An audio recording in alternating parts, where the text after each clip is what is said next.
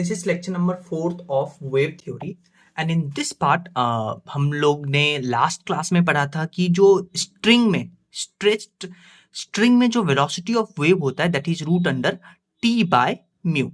तो इसी के ऊपर बेस्ड पहले हम कुछ क्वेश्चंस देखेंगे, क्योंकि हो सकता है जो रोप आपके पास है उस रोप का अपना कुछ मास हो तो उसके ऊपर डिपेंड कर जाता है टेंशन, क्योंकि जैसे ही रोप में मास हो गया तो टेंशन हर एक पॉइंट पे अलग अलग होगा और अगर हर एक पॉइंट पे अगर टेंशन अलग अलग होगा तो वेलोसिटी अलग अलग होगा। तो आइए उस पे बेस्ड कुछ क्वेश्चंस करके देखते हैं।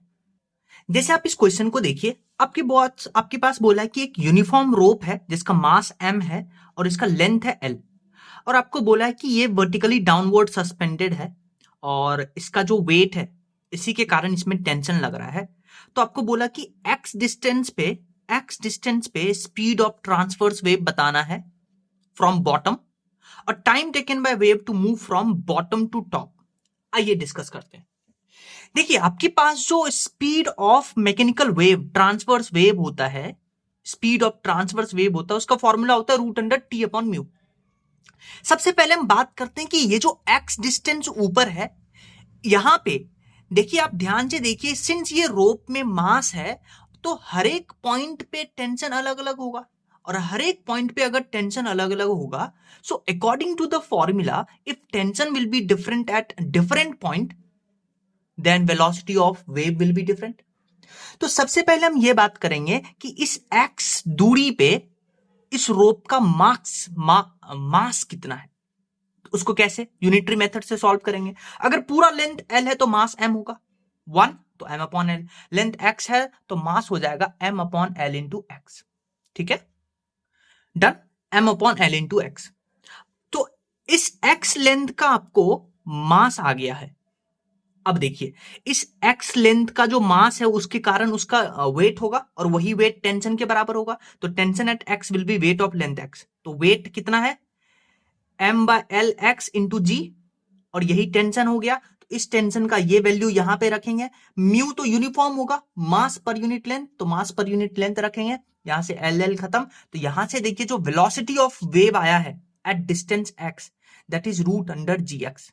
तो आप क्लियरली देख सकते हैं कि ये जो वेलोसिटी ऑफ ट्रांसवर्स वेव है ये डिस्टेंस पे डिपेंड कर रहा है, यानी जैसे जैसे आप नीचे से ऊपर जाइएगा x का वैल्यू बढ़ेगा और यहां पे वेलोसिटी ऑफ वेव बढ़ेगा। इसका मतलब टॉप पे ये x l के बराबर हो जाएगा, तो टॉप पे जो वेलोसिटी आएगा that will be root under l g. Done. और बॉटम पे x जीरो है तो x जीरो होगा तो बॉटम पे वेव का वेलोसिटी जीरो होगा, और होना भी चाहिए क्योंकि यहां से वेव स्टार्ट हुआ है। तो यहां से वेव स्टार्ट हुआ है तो velocity at bottom will be zero. Next हम निकालेंगे time taken by wave to move from bottom to top. So आइए बात करते हैं कि हम टाइम टेकन कैसे कैलकुलेट करेंगे।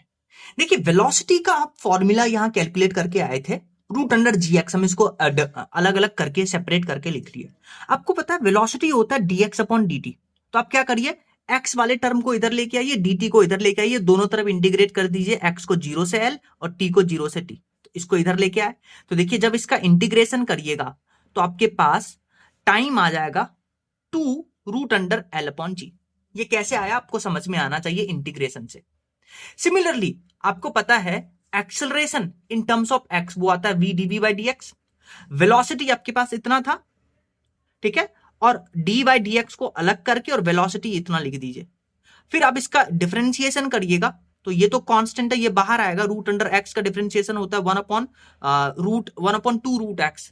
तो यहां से एक्सेलरेशन आपके पास आ गया g बाई 2, यानी एक्सेलरेशन कांस्टेंट है तो equation of motion can be applied. तो ये एक्सेलरेशन आ गया। डन। तो टाइम आ गया, एक्सेलरेशन आ गया। कैसे सॉल्व हुआ ये आपको पता होना चाहिए। नेक्स्ट उसी क्वेश्चन में आपको क्या बोला है ध्यान से सुनिए। उसी क्वेश्चन में एक और पार्ट है। आपको बोला क्या कि जब नीचे से हम इस वेव को प्रोड्यूस करते हैं, यानी कि वेव को स्टार्ट करते हैं, इनिशियल वेव का वेलोसिटी 0। तो जब इस वेव को हम नीचे से प्रोड्यूस करते हैं ठीक इसी पल क्या करते हैं, यहां से एक ऑब्जेक्ट को नीचे ड्रॉप करते हैं। समझ में आया क्वेश्चन?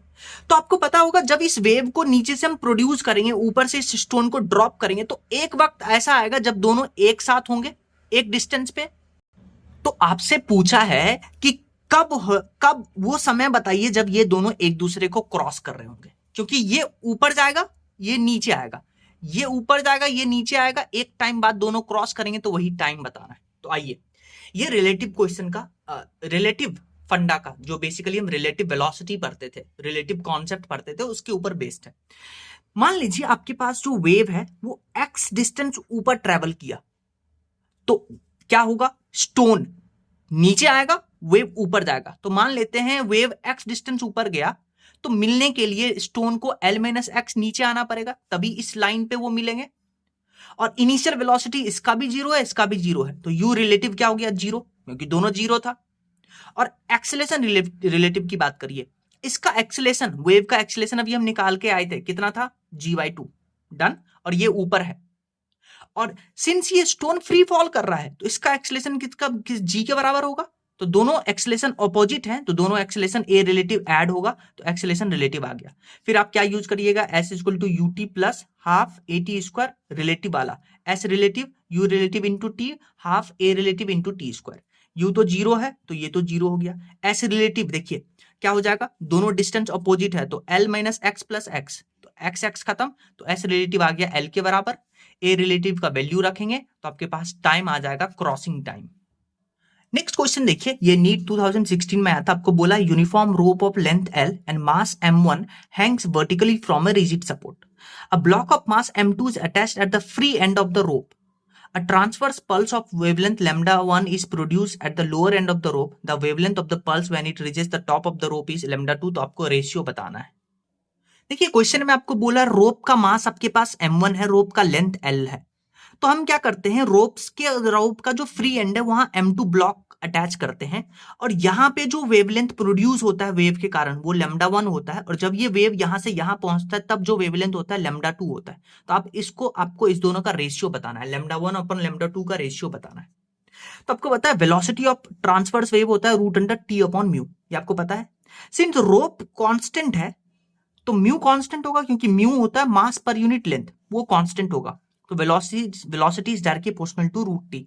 और आपको पता है वेलोसिटी होता है एन लैम्डा, यानी फ्रीक्वेंसी इनटू लैम्डा, तो फ्रीक्वेंसी सेम होगा क्योंकि रोप सेम है, सोर्स सेम है, तो v is directly proportional to lambda, तो v is directly proportional to lambda, v is directly proportional to root T, तो क्या हम बोल सकते हैं कि lambda is directly proportional to root T. फिर आप यहां रेशियो लीजिएगा, अब आप टेंशन कैलकुलेट करिए।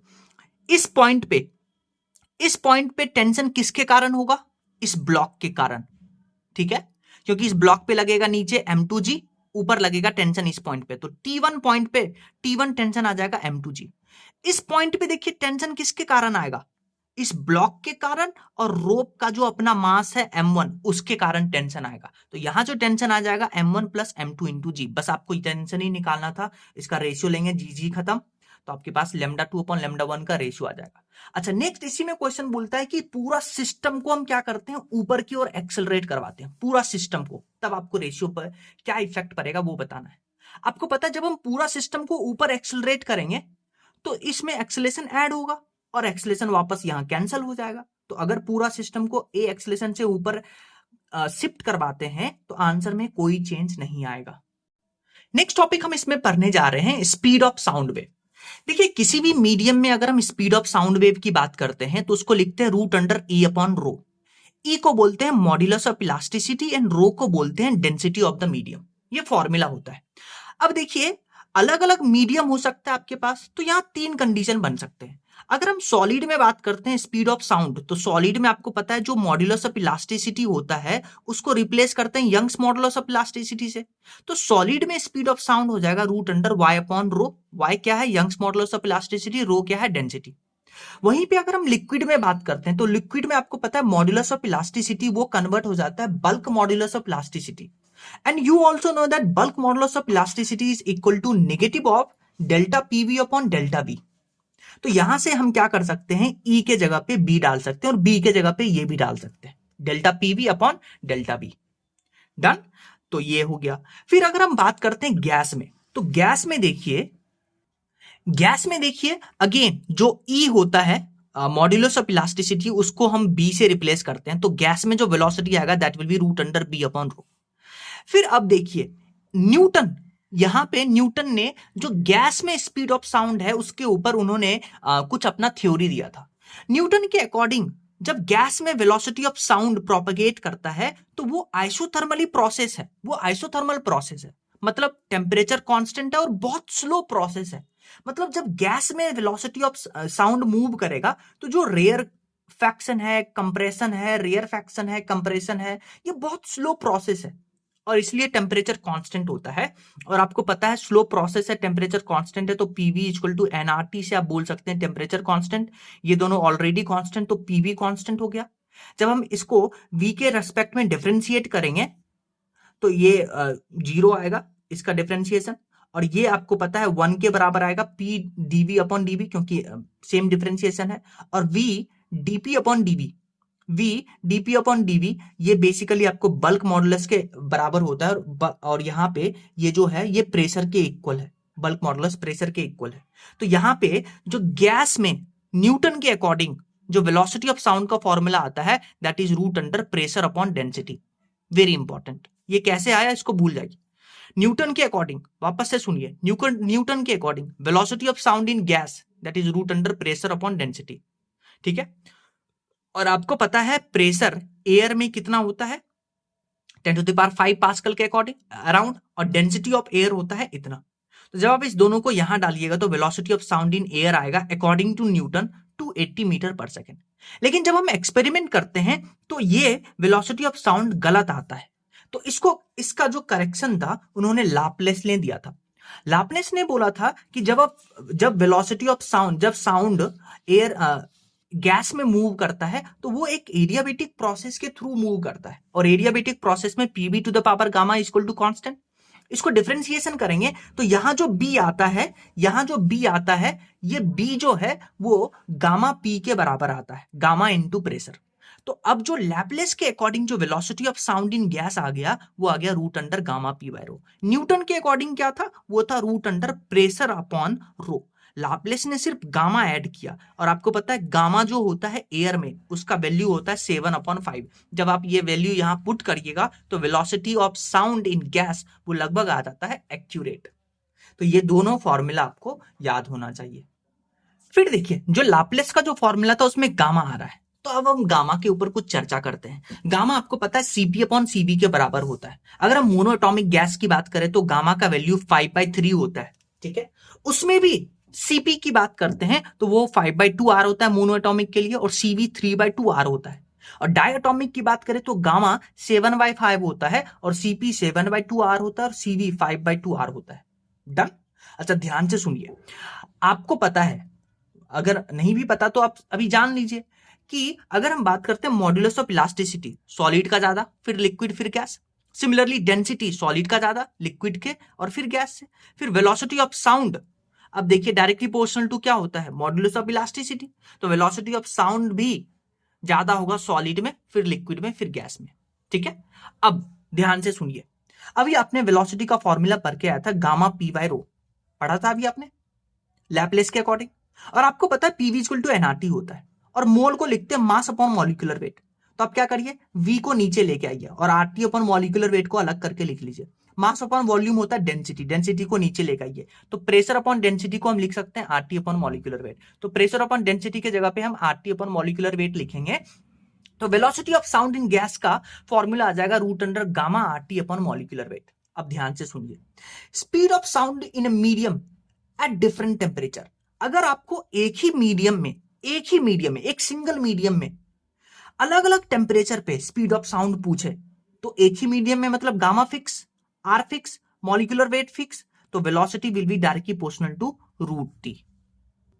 नेक्स्ट जो इंपॉर्टेंट टॉपिक हम डिस्कस करेंगे कि कौन कौन सा ऐसा फैक्टर है जो speed of sound in gaseous medium को अफेक्ट करता है। तो हम बात करने जा रहे हैं factors affecting speed of sound in gaseous medium.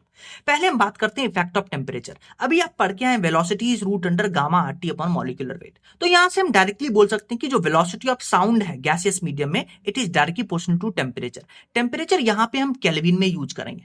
ठीक है, तो speed of sound in a single medium at different temperature, एक ही मीडियम में अलग अलग टेम्परेचर पे जो स्पीड ऑफ साउंड का रिलेशन आता है वो इतना आता है। जैसे इस पे एक क्वेश्चन करके देखिए, आपको बोला है at what temperature in degree Celsius speed of sound in oxygen is equal to speed of sound in nitrogen medium at 27 degree Celsius. यानी वो टेम्परेचर बताइए डिग्री सेल्सियस में जब speed of sound in oxygen medium is equal to speed of sound in nitrogen medium. Simple सा ये formula use करिए, gamma R खत्म, molecular weight of oxygen 32, temperature molecular weight of nitrogen 28 और temperature आपको given है 27 degree Celsius. Kelvin में use करेंगे 273 से प्लस करेंगे तो यहां से टेम्परेचर आएगा 343 केल्विन। इसको डिग्री सेल्सियस में कन्वर्ट करेंगे क्योंकि क्वेश्चन उसी में आस्क। देखिए नेक्स्ट क्वेश्चन बोला कि अगर मान लेते हैं टेम्परेचर जो है 1000 केल्विन से बढ़ाते हैं, यानी कि 1000 केल्विन नहीं कर देते हैं, 1000 केल्विन से बढ़ाते हैं बाय, तो T प्लस 1000 केल्विन कर देते हैं, तो जो वेलोसिटी ऑफ साउंड है वो √3 टाइम्स हो जाता है। तो आपको बताना है initial temperature in degree Celsius. तो आपको पता है ये formula gamma RT upon molecular weight का रूट। तो यहां से देखिए velocity is directly proportional to temperature, ratio लीजिएगा, वेलोसिटी आपको 2 गिवन है, टेम्परेचर आपको 2 गिवन है, यहां से टेम्परेचर आ जाएगा केल्विन में, आप उसको डिग्री सेल्सियस में कन्वर्ट कर सकते हैं। नेक्स्ट क्वेश्चन देखिए, इसमें आपको बोला है at 0 degree Celsius in air speed of sound is इतना, then find speed at 10 degree Celsius. देखिए ये क्वेश्चन जो है एक कॉन्सेप्ट सिखा के जाएगा, ध्यान से सुनिएगा, पहले हम उस कॉन्सेप्ट को डिराइव करेंगे फिर इस क्वेश्चन को करेंगे। डन। अच्छा आइए देखते हैं, वेलोसिटी आपने लिखा √root gamma RT upon molecular weight, very good. यहां से देखिए velocity is directly proportional to temperature. अगर हम 0 डिग्री सेल्सियस पे बात करते हैं तो 0 डिग्री सेल्सियस केल्विन में चेंज करेंगे तो वेलोसिटी या 0 डिग्री सेल्सियस आ जाएगा 0 + 273, इक्वेशन नंबर 1। अगर एक दूसरा टेम्परेचर T डिग्री सेल्सियस पे बात करते हैं तो डिग्री सेल्सियस को केल्विन में चेंज करेंगे तो वेलोसिटी या T डिग्री सेल्सियस T + 273।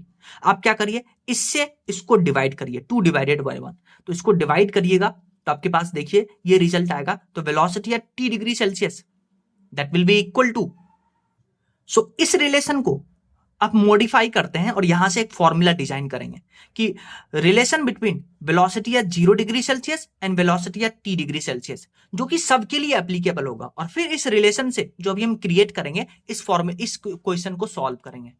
सो उस रिलेशन को मॉडिफाई करने से एक फॉर्मूला आता है, velocity at T degree Celsius is equal to velocity at 0 degree Celsius 1 plus temperature upon 273 का हाफ। ये जो फॉर्मूला है it is valid for all gas medium, चाहे कोई सा भी मीडियम हो।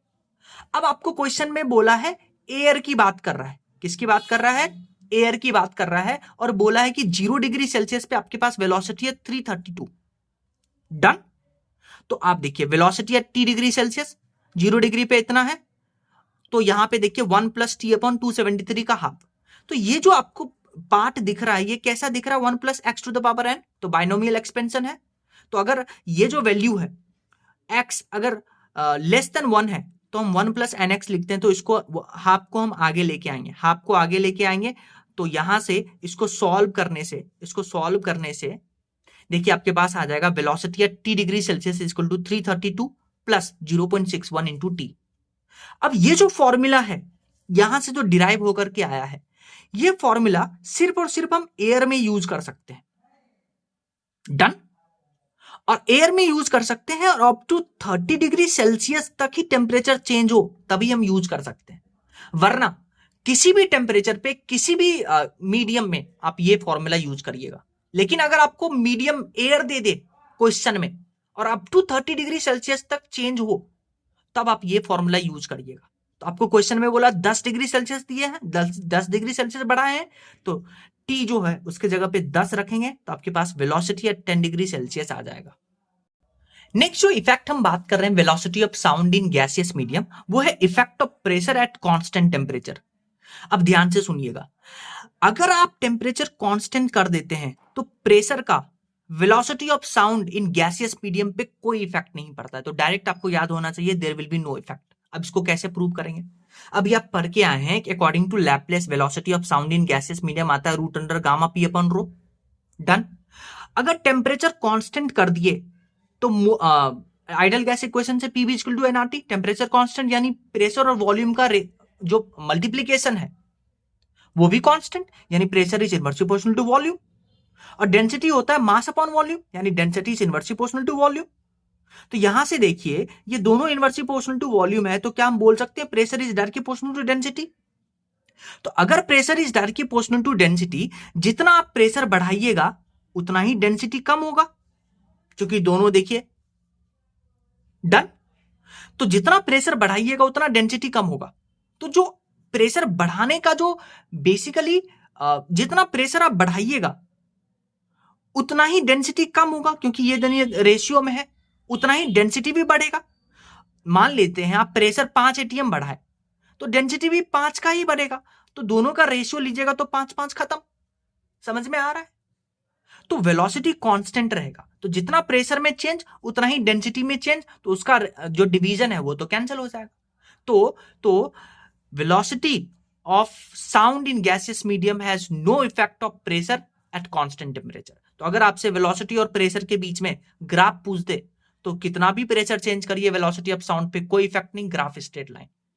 अगर क्या हो कि क्वेश्चन में आपको टेम्परेचर भी चेंज कर दे और प्रेशर भी चेंज कर दे, तब आप जाइएगा टेम्परेचर चेंज के साथ, प्रेशर के चेंज को आप कंसीडर नहीं करिएगा।